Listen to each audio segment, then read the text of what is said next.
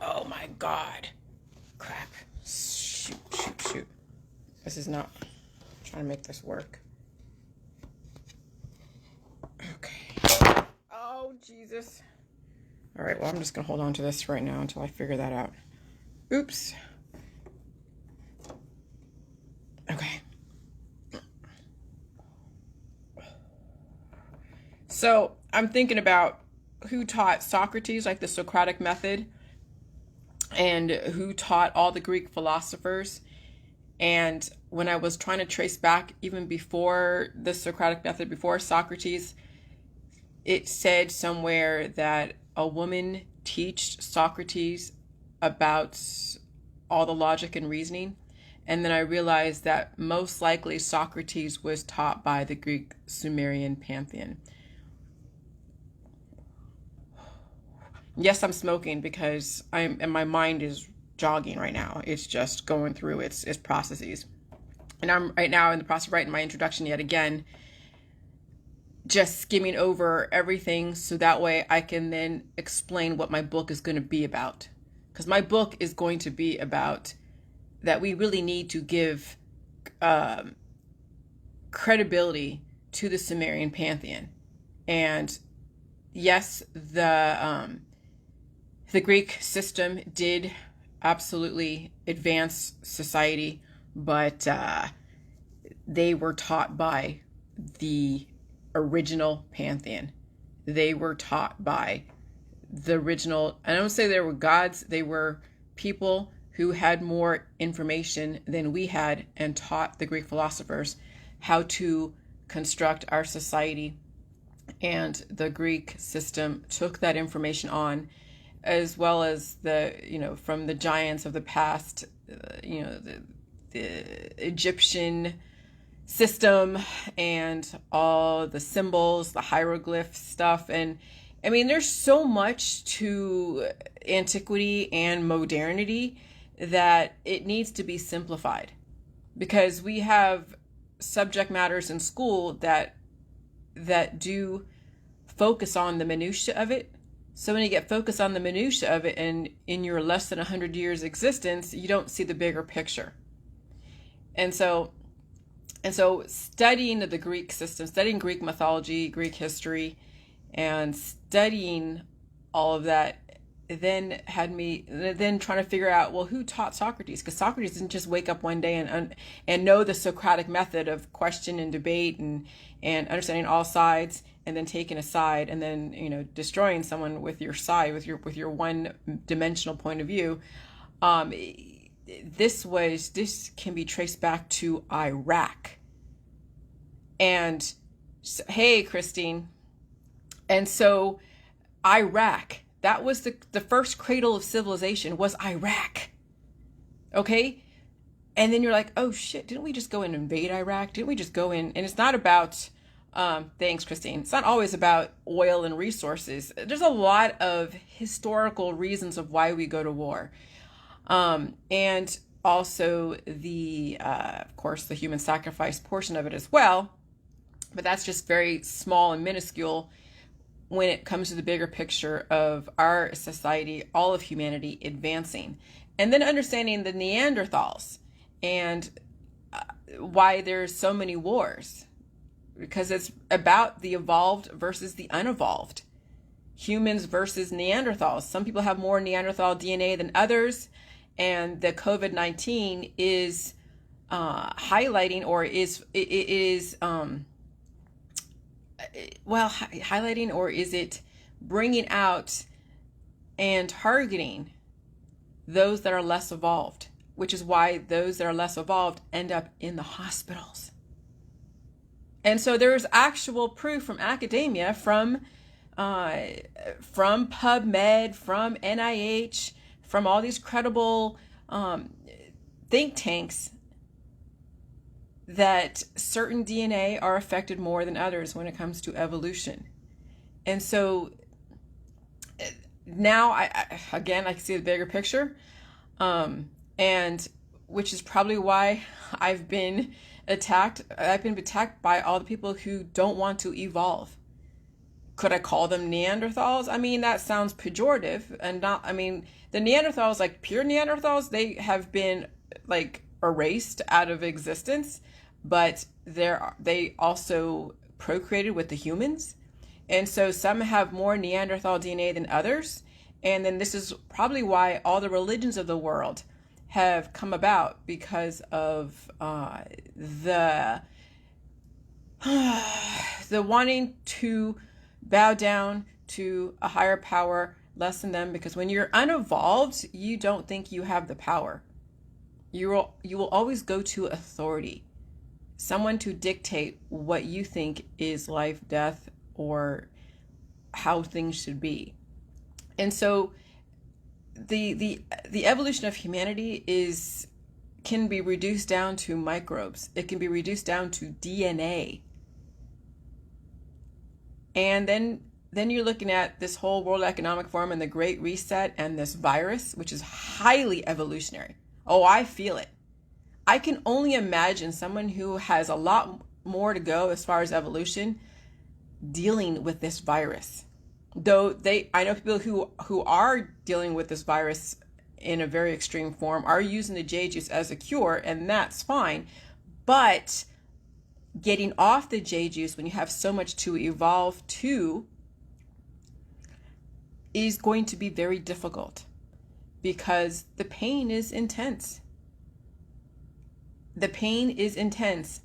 And so anyone that starts a J juice now and catalyzes their evolution and then tries to adapt to this COVID-19, it's going to be a battle. And if you've been in pain your whole life because of the lack of evolution to all the new viral variants, from the flu to the cold to all the different diseases and things of which you have been diagnosed with, oh my God, it's going to be difficult. And so that I see, so I understand now the genetic factor to predispositions and why some people love the J juice and why some people hate the J juice. And then the religious context with it as well. And I mean, holy crap. So to roll things off my tongue easier now, the Western culture is 600 years old. The Greco-Roman antiquity that fed off of the Sumerian is only around 900 years old. I mean, they've been around for 900 years and then they fell. And the Sumerians were around for 2,000 years. So you go from the beginning of the cradle of civilization. Prior to that, there were other advanced civilizations that allowed for this solar system to form in the Milky Way. And then we had the beginning, like Genesis, if you want to go biblical, of the formations of the animals, the plants, the atmosphere, the different periods, the Cretaceous, Pleistocene, all the different periods, Ice Age, all of that. And then you had the nomadic mankind, human, Denisovan, Australopithecus, whatever, human, Homo erectus, all of the evolution of man into caveman, then Neanderthal, and then humanity, which is part divinity. And that's when bioengineering happened in the Garden of Eden, which wasn't what people were thinking, like a beautiful, lush paradise like Hawaii. It was actually in Iraq. Okay? That is the cradle of civilization, the first civilization. Then that's probably where the whole Garden of Eden and the book of Genesis and Exodus and all of the different, the 5 books of Moses and all of that.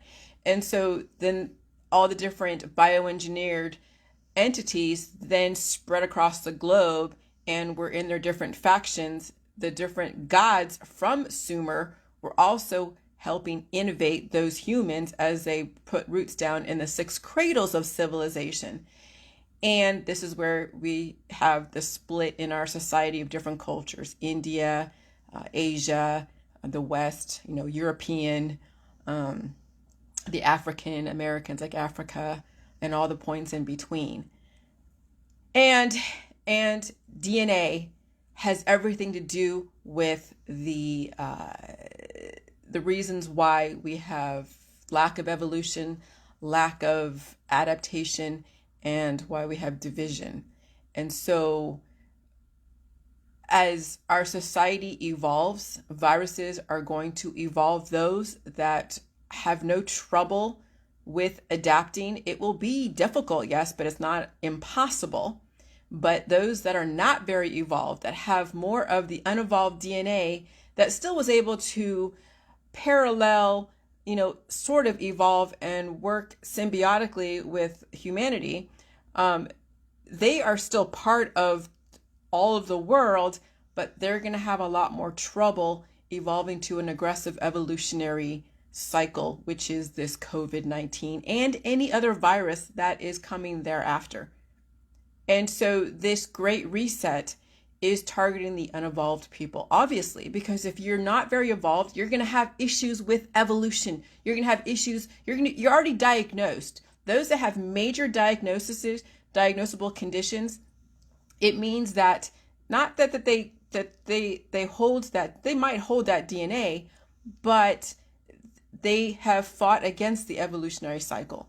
And so now that they're at such a deficit because they haven't evolved even to the other viruses that came through, then this new virus is going to be the one that rules them all, and it's going to take out many people who haven't evolved even to the level of their environment prior to the COVID. And so yeah, this is the evolution of mankind. This is humanity 2.0. Humans, part human, part divinity. Humanity 2.0, the great reset. And this is going to be very interesting.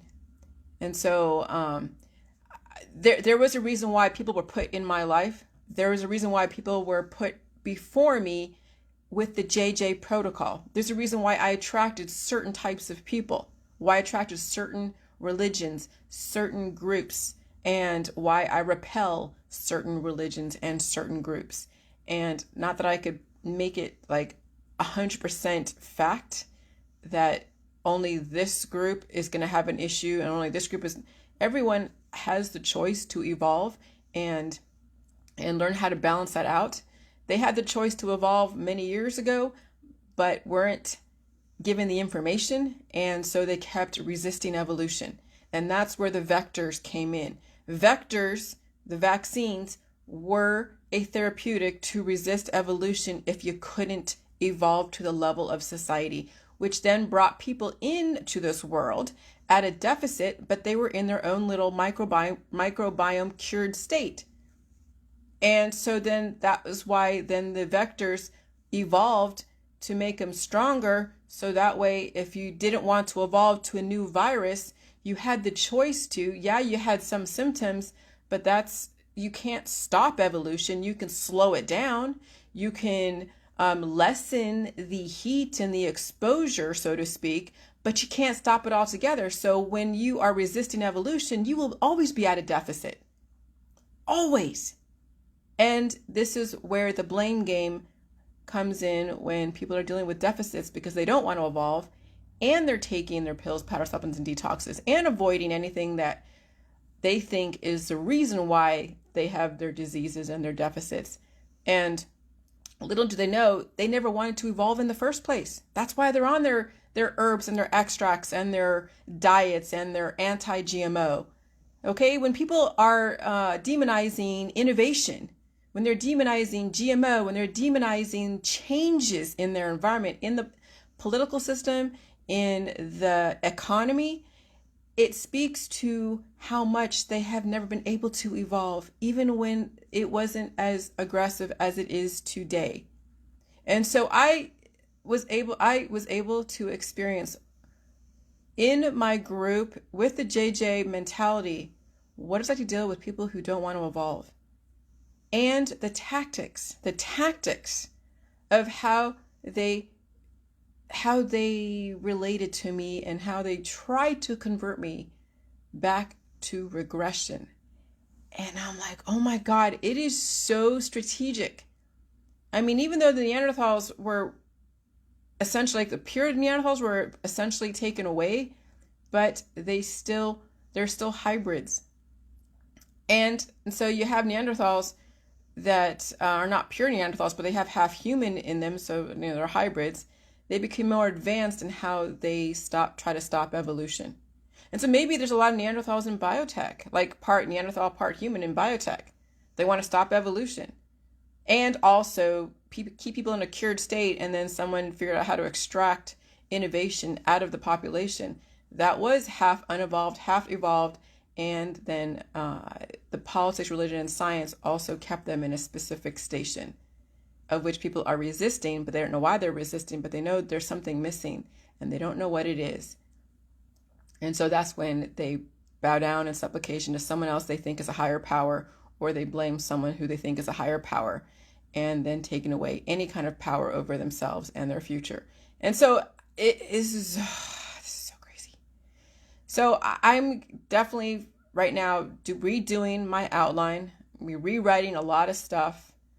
And but I had to understand the minutia. I had to understand the Trinity. I had to understand the most basic stuff of thermodynamics, of the elements, and of electromagnetism, and of subatomic particles, and of atoms, and then also the religion, the Bible stuff. I had to understand the social engineering, the bioengineering. I had to understand every single aspect of what the subject matters in school focus on, and the humans who have been programmed focus on for the majority of their life, and they specialize, and then they pass away, and they're okay with that.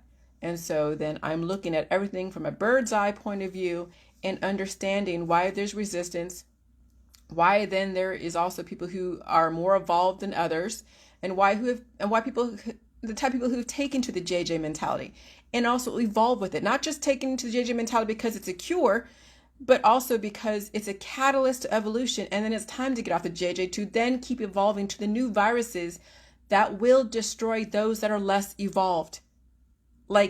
And I realize that is the overall intention, is to let go of those who are less evolved and do it in a dignified manner, so it doesn't look like something from the Sumerian days of human sacrifice and the Indiana Jones type of rollout. Okay, this is far bigger than most people even realize on such a large scale, and you have to go all the way back to the 6 cradles of civilization, and then look at all the different wars in between, and then look at the advancement of humanity through different cultures, through like Genghis Khan and the Middle Ages and the Renaissance period and the neoclassical period and the antiquity and the Greco-Roman to the Chinese dynasties. Oh my gosh, it's just so massive, but it is completely extraordinary once you see the bigger picture. And then now you understand what goes on, and there's nothing to resist.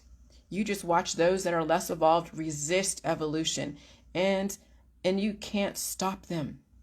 Some of them will be in a cured state under Jeju. Some will not even look at Jeju's or the salt or anything, and be in their little factions of resistance and anti-government anarchists, and think that there's an enemy, and they don't realize they are themselves the worst enemy. And so you just have to kind of step back and just watch it unfold, and just step away from danger and learn how to articulate what you see for yourself and for the future of mankind. If you want to be innovative, if you just want to be another cog in the wheel of the new system, by all means, find a place in our society that needs your innovation, your services, your reliability, because people need houses, people need plumbing, people need certain things that they're not going to get from themselves. Like I can't build a house and I can't do my plumbing. I mean, I'm sure I could try, but right now I'm doing something else. So I want to have people who are reliable and will stay living indefinitely, that don't have to be retaught everything, and they, there's someone that I could depend upon, and they can depend upon me, and that's a great system as well. And so